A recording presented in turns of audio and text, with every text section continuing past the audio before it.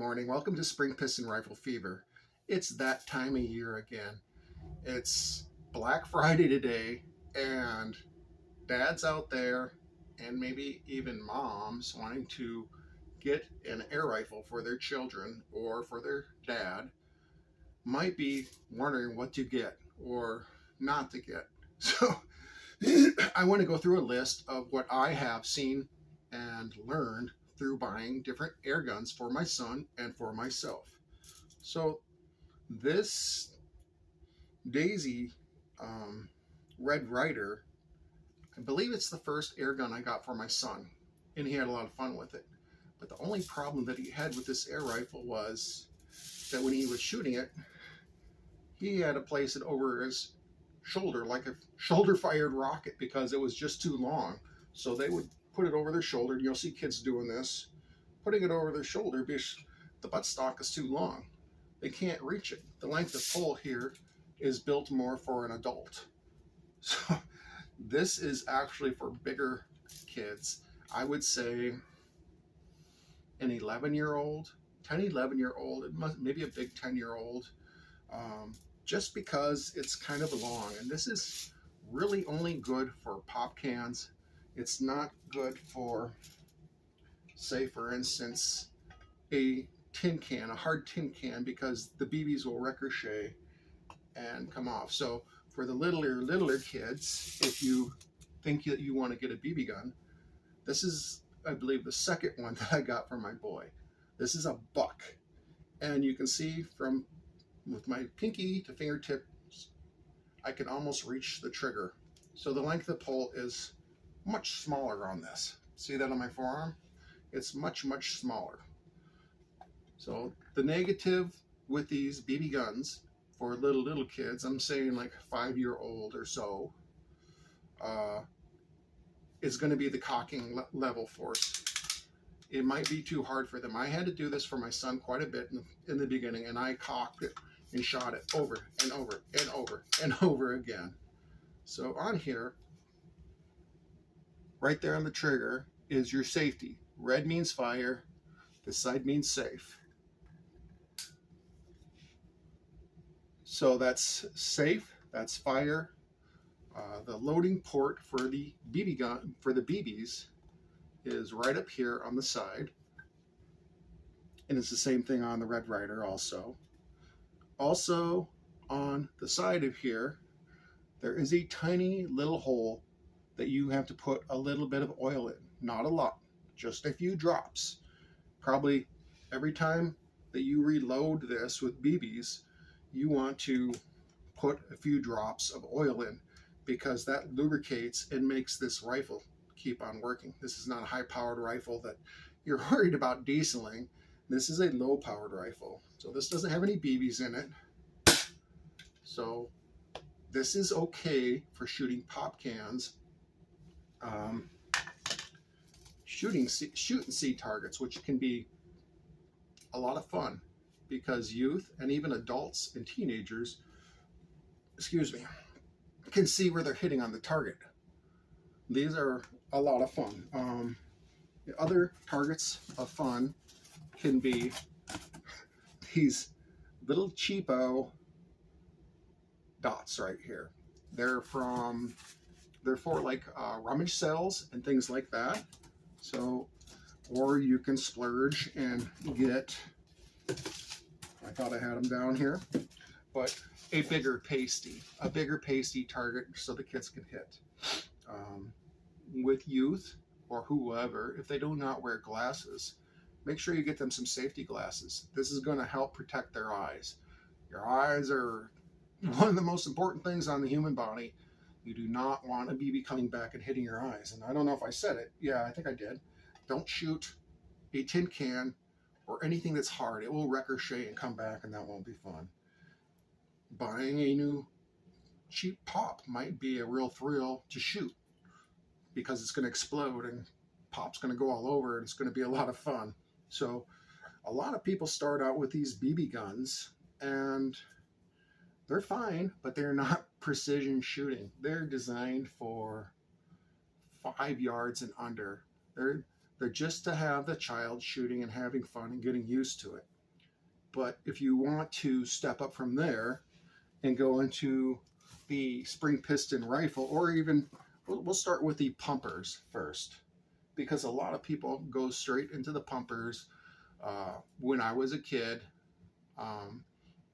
my dad had bought me a single pump Daisy air rifle, and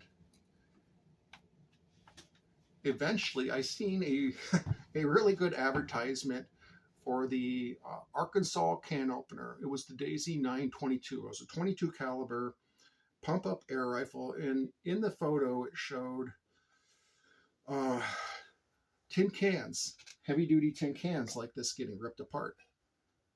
And I thought, well, my BB gun or my pellet gun, my single pump Daisy would not do that. And my dad thought it was going to be really powerful, and it wasn't. So I did lawn jobs and saved up, and I went to Pomida. When I don't know if there's any more Pomida stores left, but I went to Pomida when I was a kid. I walked down there, and I was probably 12 years old, and I bought a Daisy 880, and I was a real terror in my neighborhood. So dads, don't allow your kids just to go out and shoot these. These are dangerous rifles. The Daisy 880 can kill a rabbit or a squirrel. When I was a kid, I killed quite a few squirrels with my Daisy 880. You can load up BBs in here, but I highly suggest that you just use pellets.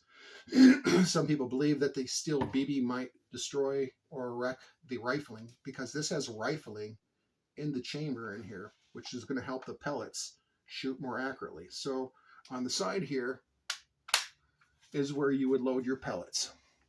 You would push a pellet in there, but when you do that, make sure this little handle, this little charging handle, is not too far back. Otherwise, your pellet will fall inside the chamber that holds the BBs, and you'll have pellets rattling around in there. So this has a safety right here. That's fire. That's safety. This is really easy to pump. So I'm just going to pump it once. But even on the 10th pump, it's not too hard.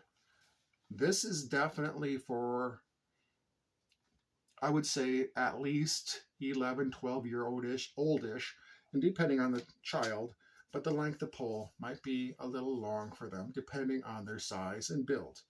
So this, to fire, if you had your pellet in there, you would push that forward, your charging handle. On this side, before I forget, you load your BBs right here. Also, this is very important. On the inside here is a felt pad. You must oil that every once in a while. I would say every 500 shots or so, maybe even just 100 shots or so. Put a couple of drops of oil in there. I don't really think it matters what kind, but you just don't want no detergent in there.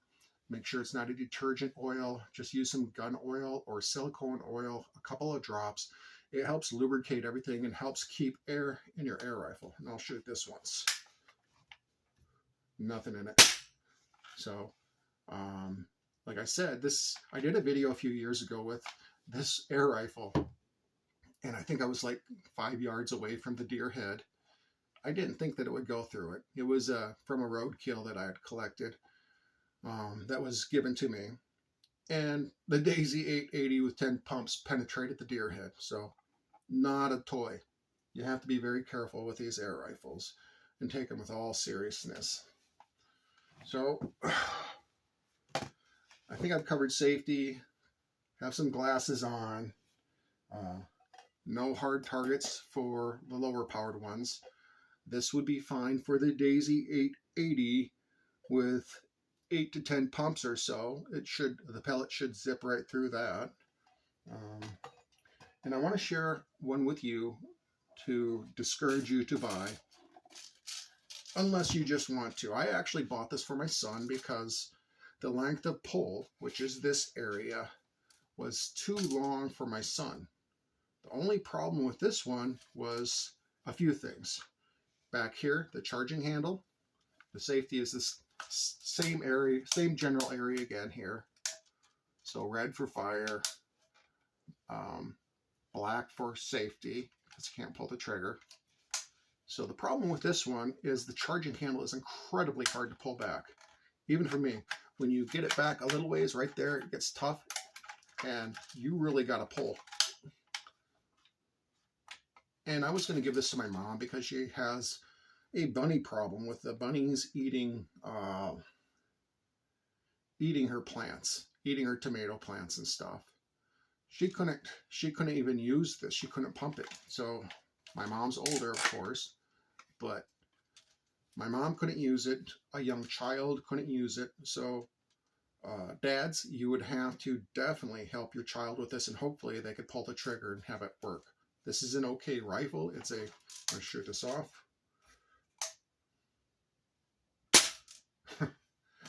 There was nothing in it. So this has a smooth bore barrel. It has a steel barrel, which I like a lot.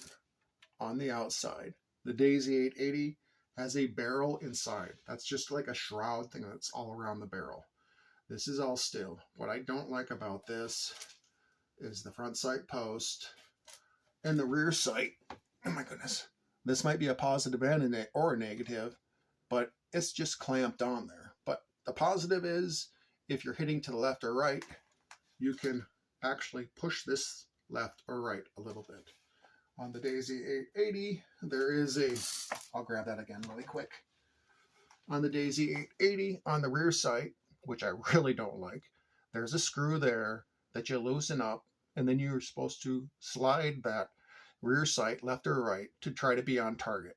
The only problem is when you tighten the screw back up, it will pull your sight back. So you have to overguesstimate to pull it back and forth, and really a cheap scope could go on there very well. And while I'm talking about cheap scopes to go on any of these little air rifles, I sound like Mr. Commercial City. These people aren't paying me anything. I'm just sharing my experiences. This is actually one of the better little budget scopes. This is a Hammers. It is a 3:9 magnification. So by using this back here, turning it left or right, you increase or decrease the magnification. Back here, you adjust the reticle, meaning the crosshairs, and this has mil dots, meaning you can make the crosshairs darker or lighter. And also you can find focus with this. This is the adjustable objective. You can turn that left or right, depending on your yardage. If you're shooting really close or closer, you can set it right at 10 yards. And this is going to help dial in clarity for you with your shooting. If 10 yards and you're at 10 yards, it's not super clear and you can't clear it up with that, you can clear it up with this rear eyepiece. So that's just one scope I wanted to share. This is a Hammers scope, like I said, a 3:9 by 32. It's a small scope. It's one I like. It's not perfect. A lot of times I have scope shift and stuff like that through shooting spring piston rifles, but generally it's just a little bit here and there, and it gets on target and gets the job done. And I'm talking about all this stuff because a lot of people really don't want to spend a lot, especially to get into air rifles for the very first time. So while talking about not spending a lot to get into air rifles, I'm going to mention a few that are break barrels that youth can use. So I am going to pick up here, and anybody that's followed my channel is going to know I've shared these several times. This is the Stoeger S3000-C, which stands for carbine. It's supposed to mean shorter. I think this is more of an adult version air rifle. It comes with a very thick butt pad, but I replaced this butt pad with a homemade butt pad made from a Croc shoe. Because when I bought this air rifle for my son, the length of pole, where it reaches here, was way too big. He could not hardly use this. It's a single stage trigger here. It has a automatic safety that when you cock it, it pops out back here. You can decock this rifle. So you hold on tight back here, you push the safety forward, squeeze the trigger, and let it go home. It has a ball detent. Has a ball detent system, and it locks up in there behind that nub, if you can see that. Uh, the trigger is not a bad trigger if you get inside and put some lube on it. Hopefully yours will not even need that. It has fiber optic front sights and rear sights, red on front and two light green ones on the back, which is adjustable for elevation and windage, which makes it better than other front sights. This air rifle is a tack driver. Also in other countries and in the United States, this was sold under the BAM or Cisco or Visico, however you pronounce that, XS12. And then there's an XS15, B15, or a BAM B15 that is widely distributed over in Europe, which I would really like it if they could be distributed in the United States. Or if there's any businessmen out there listening, I would be willing to distribute these air rifles for you in the United States. I think it would be a great deal.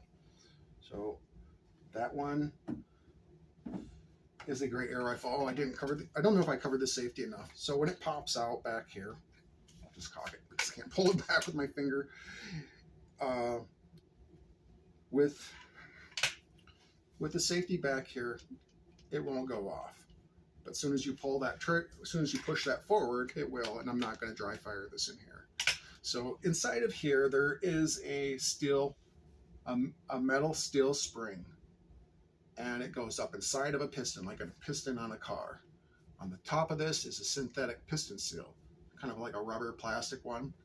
So everything gets compressed in here. The trigger back here, the trigger sear catches the piston. You squeeze the trigger, the piston rushes forward because it's being pushed by the piston. Inside here, you can see a little hole, hopefully on the compression tube on the right or my left, whatever it is to you. And the air gets forced through there, and it forces it through the barrel there. Let's see if we can see the rifling in there or not. I am highly doubting it. So anyhow, I'm gonna put that there. And also other good considerations, which I don't have with me, is a Chinese-made Diana 240. And I think it might be the exact same rifle, but it has a wood butt stock. It has, I believe it has fiber optic sights. Yeah, I know it does. It has fiber optic front sight and rear sight, adjustable for elevation and windage. And my friend David from Airguns with David, he has one, and he says his young boy that's 6 years old can easily cock and shoot that air rifle. And he talks about how much he likes that air rifle. He ordered one before that, and apparently that the barrel was kind of shooting to the side or bent to the side. He sent that one back and got a new one immediately back. So that was a good deal. And I wanted to share this one. This is not made anymore, at least that I know of. It might be made in other countries. And this is under the Slavia 619. We'll see if we can see that on the compression tube. My friend Paul gave that to me. So inside of here, this is so easy to cock. I want to show you this.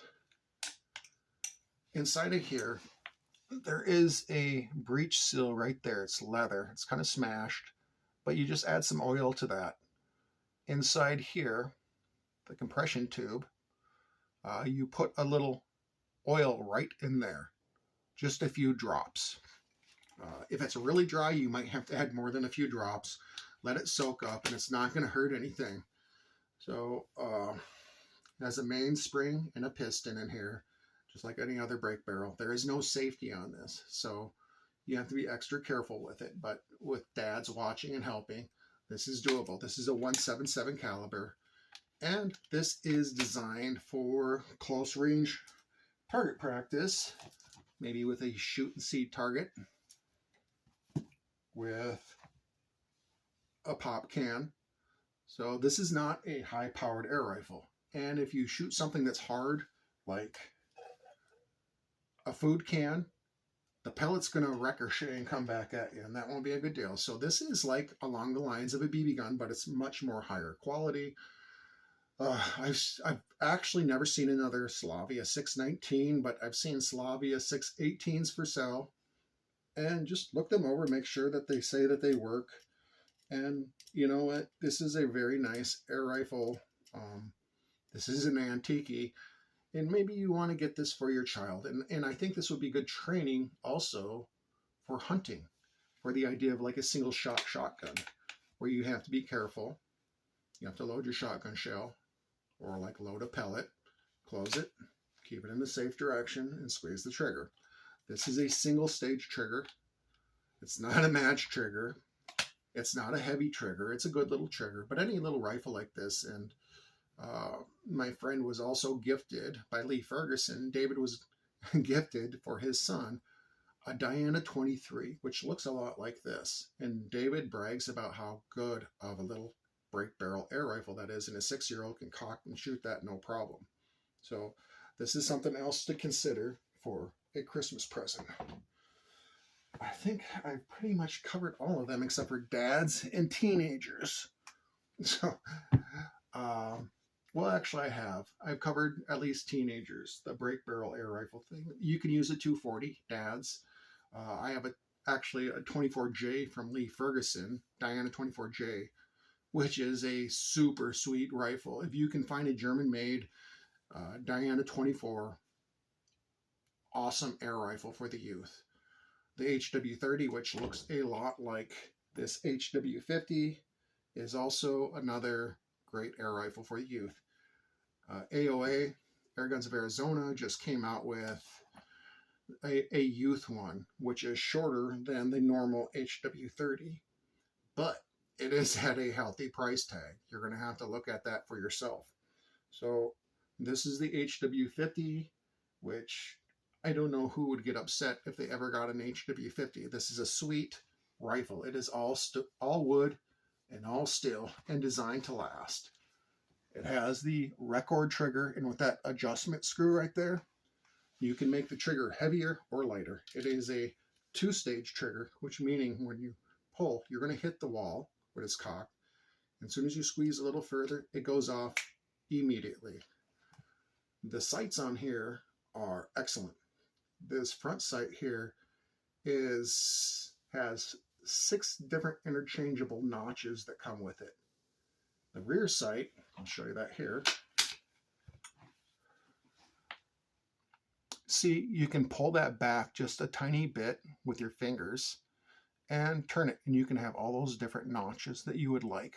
So the breech and everything is super nice. This has a wedge detent system. You can see the breech port right there, and you can see where that top wedge locks with the bottom wedge. I like the system. I like the ball system too. I like both. I do definitely like this system. It locks up solid. I have awesome accuracy with this air rifle. It's powerful enough to take your squirrels. I drilled a squirrel not too long ago up high in a tree, and it took the squirrel down no problem. That was the second squirrel I took with this. Also, like the Beeman R9, HW95, those are also examples of great break barrel air rifles for your older shooters, which like dads and stuff. You're not going to go wrong with these air rifles. You're going to want to try different pellets. So when you buy one of these, make sure you buy a variety of pellets right away, because if you get poor accuracy right away because of one pellet not being the right pellet for your air rifle, you might think junk. I hate this sport. This is no good. And you might want to quit right away before you even get started. And so that's part of my channel also. I want to share how fun spring piston air rifles are. And I'm trying to give the knowledge to know that also, because if you're getting poor accuracy, like I had said before in other videos, I had an old Diana 34. In the beginning, it seemed like I had good accuracy. Then after a while, I could not hit anything. The stock screws were probably loose in it. I was using cheap pellets. not good pellets, and I couldn't hit squat. So I sold that for 25 bucks. And I can never get it back, but thankfully I did find one on Gunbroker, which was really cool. But I just figured I wanted to share this shopping video with you. I got my little makeshift Christmas tree set up back here.